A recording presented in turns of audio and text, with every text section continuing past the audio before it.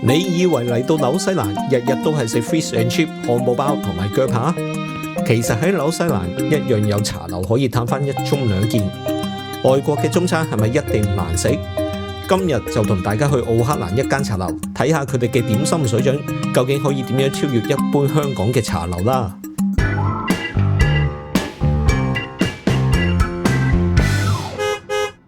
喂，我哋又出動啦！咁我哋今日咧又有呢個特別任務啊！係啊，咁特別任務係乜咧？都係食噶啦，你就係咪先？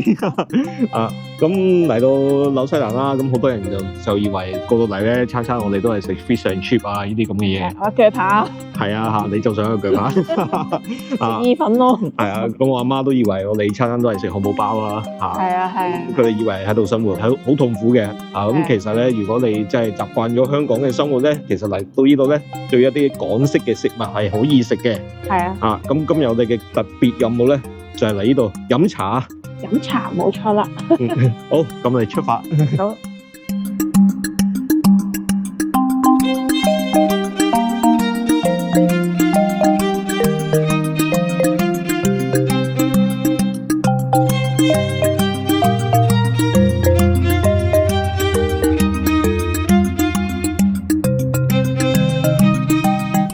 好啦，咁我哋好順利咁入咗嚟啦。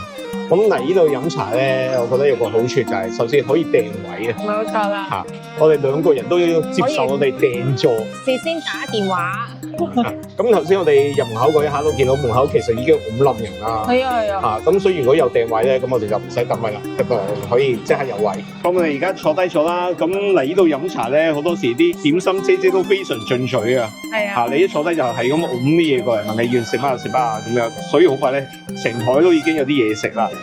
咁我哋嚟呢度飲茶啦，咁可能好多人都覺得喺一啲所謂西方國家啊咁嘅地方咧，食中式嘢就好難頂嘅。係，即係尤其是可能老一輩啊，跟個團去旅行啊，去啲外國地方食餐中餐嚟食嗰啲咧，通常都極度難食噶嘛。係啊。咁嚟到啲Auckland啦，究竟呢個中式飲茶或者港式飲茶咧，個質素係點咧？咁我哋而家就試一試佢。好。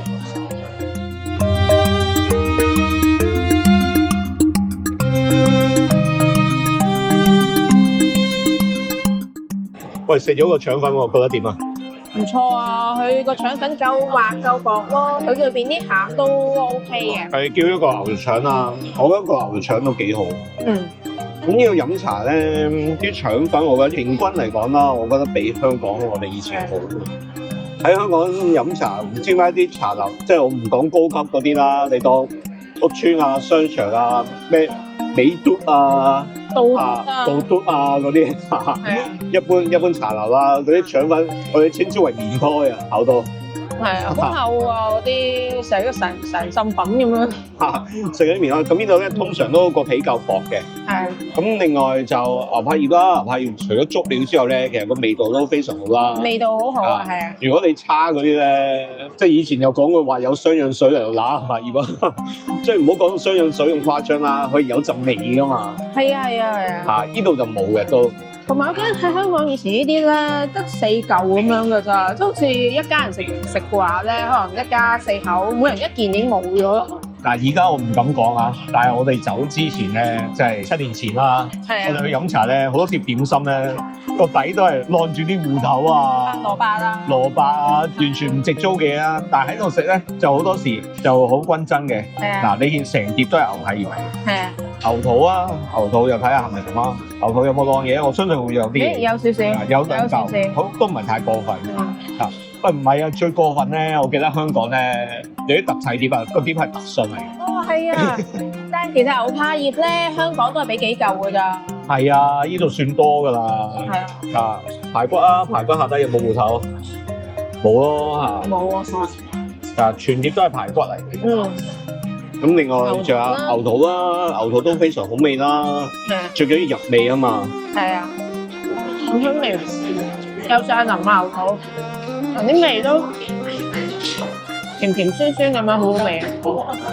同埋呢個咧，呢個蘿蔔牛腩啊，我哋第一次食嗰時好驚豔啦，佢啲牛腩好腍啦，啲蘿蔔都好好食嘅。咁今次嘅蘿蔔都好好食，好入味啊！但係咧啲牛腩咧就好似柴咗啲，今次唔知知會唔會其他嗰啲會好啲嘅咧？定還是可能係今次呢個咧係個本底啊？係最後一浸啊，可能煮耐咗。係啊，飲茶不能少嘅就當然蝦餃燒賣啦。啲蝦餃咧水準係有翻咁上下㗎，皮薄就一定㗎啦。咁啊試下佢先啦。係真係好食啊！因為佢最基本已經做到皮薄。啲料咧亦都好多料啊，醬包蝦啊，味道就OK 啦，味道都幾好嘅，即係唔係話冇乜話太過特別咁樣。以前食香港嗰啲蝦餃咧，好多都開始慢慢變晒，啲皮越嚟越厚啊，同埋越嚟越細隻啊嘛。咁後尾就再演化，即係啲蝦餃越縮越細嘅時候咧。跟住就佢哋又開始推出一啲叫蝦餃王嘅走出嚟啦，就賣貴啲嚇，但係又變翻呢個咁嘅 size 咁樣。即係呢啲就係蝦餃王嘅 size。係啊，呢啲叫蝦餃王啊！以前我哋喺香港食，咁而家就正順順咯，咁啊幾好係咪？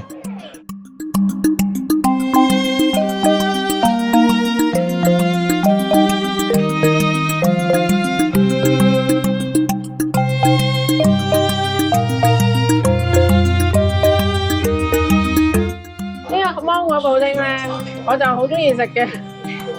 一個叫咩兒時小時候嘅回憶啊！其實我屋企可能都係好少我先去飲茶。咁飲茶咧，見到有芒果布丁咧，咁好多時我要同屋企人 share 咁樣，咁啊變咗係好多時唔係自己獨享一個咁樣嘅。咁而家喺呢度就可以獨享一個啦。即係冇我份啦。有你份。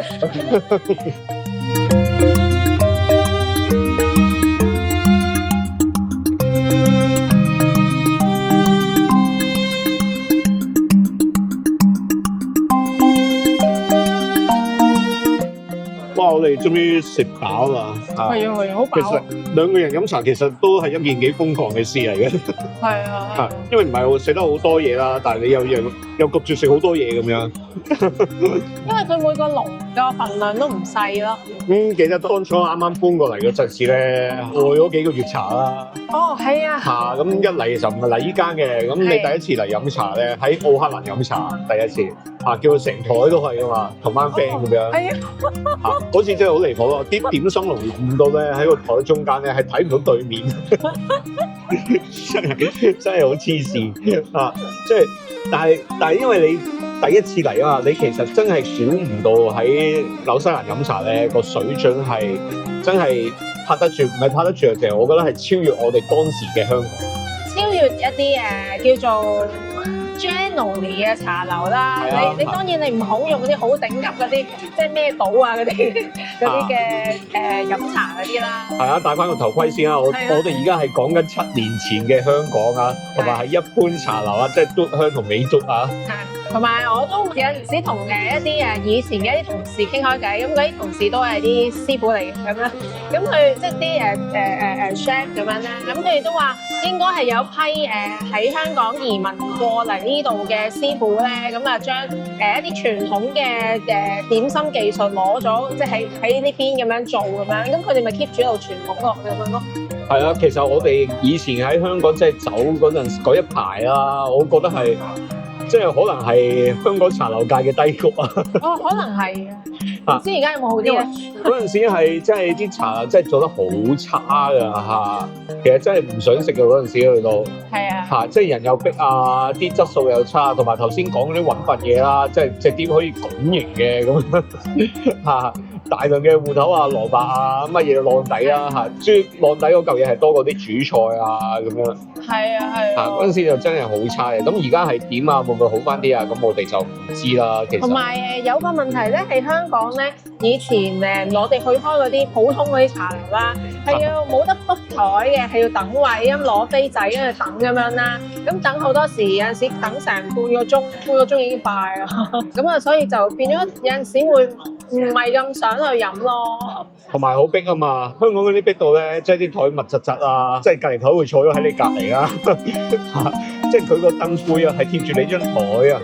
係。咁可能而家會好啲啩，即係而家由治及興啊嘛，經濟又好咁樣，咁可能會好啲啦唔知啦咁但係呢度嚟講咧，我哋今日嚟呢度其實都比我哋以前嚟逼咗好多啊，其實都嗱，你見我後邊嗰度咧係同後邊嘅人係逼住咁樣嘅，但係以前係冇呢個狀況咯。嚇！但係點都好，佢都有足夠嘅空間俾推點心車。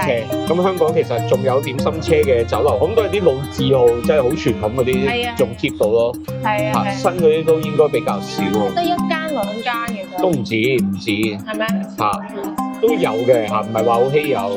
但係就唔會話一般商場酒樓啊、屋邨酒樓見到咯。咁另外咧，我哋今日嚟到呢度飲茶咧，其實依間係比較多鬼佬嘅。但係今日就唔知點解好似特別多。係咯。咁以前我哋見鬼佬嚟飲茶，通常可能有一兩個華人 friend 帶佢哋嚟飲啦。係。但係我哋今日見唔少咧，係佢哋自己一家大細嚟，成台鬼佬有一台最大10幾人台咧，成台都係鬼佬嚟㗎。係。咁佢哋同我哋咧有丁咁多嘅分別咧，就佢好多時咧一坐低係攞張 drink list。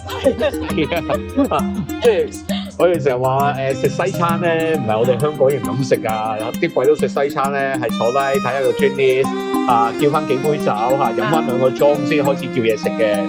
咁我哋香港人當然唔會啦，一坐低又睇食乜㗎啦。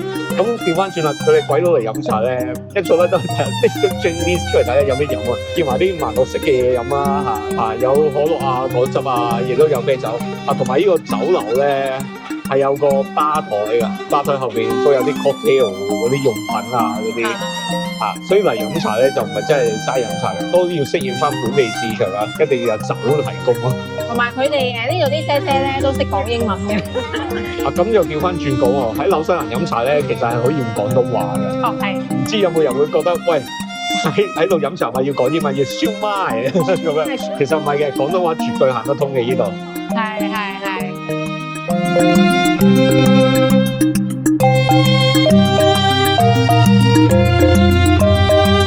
我哋完成任務啦，好鬼飽啊！係好飽啊！點解咁飽咧？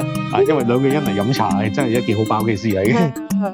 又食咗好多嘢啦。咁我哋今日嘅任務就完結啦。咁主要就其實想講就係過到嚟咧，就我哋唔係日日食 fish and chip，唔係淨係食漢堡包嘅。要食港式嘢咧，其實係大把選擇。咁今日呢間茶樓咧，我哋就覺得係比較好嘅一間啦。其實仲有好多間嘅都。我哋都試咗唔少嘅。好啦，咁我哋今日就嚟到呢度就差唔多啦。咁唔知大家喺紐西蘭住嘅，你哋最中意去邊間茶樓咧？又或者你哋如果喺其他外國地方，英國啊、加拿大嘅朋友啦，咁唔知你哋嘅地方嘅有冇得食翻啲香港食物，飲翻啲港式飲茶咧？咁歡迎大家去留言同我哋分享一下。咁中意呢條片嘅就記得 like 啦，記得 subscribe 我哋嘅 channel 啦。咁我哋就下條片再見，拜拜。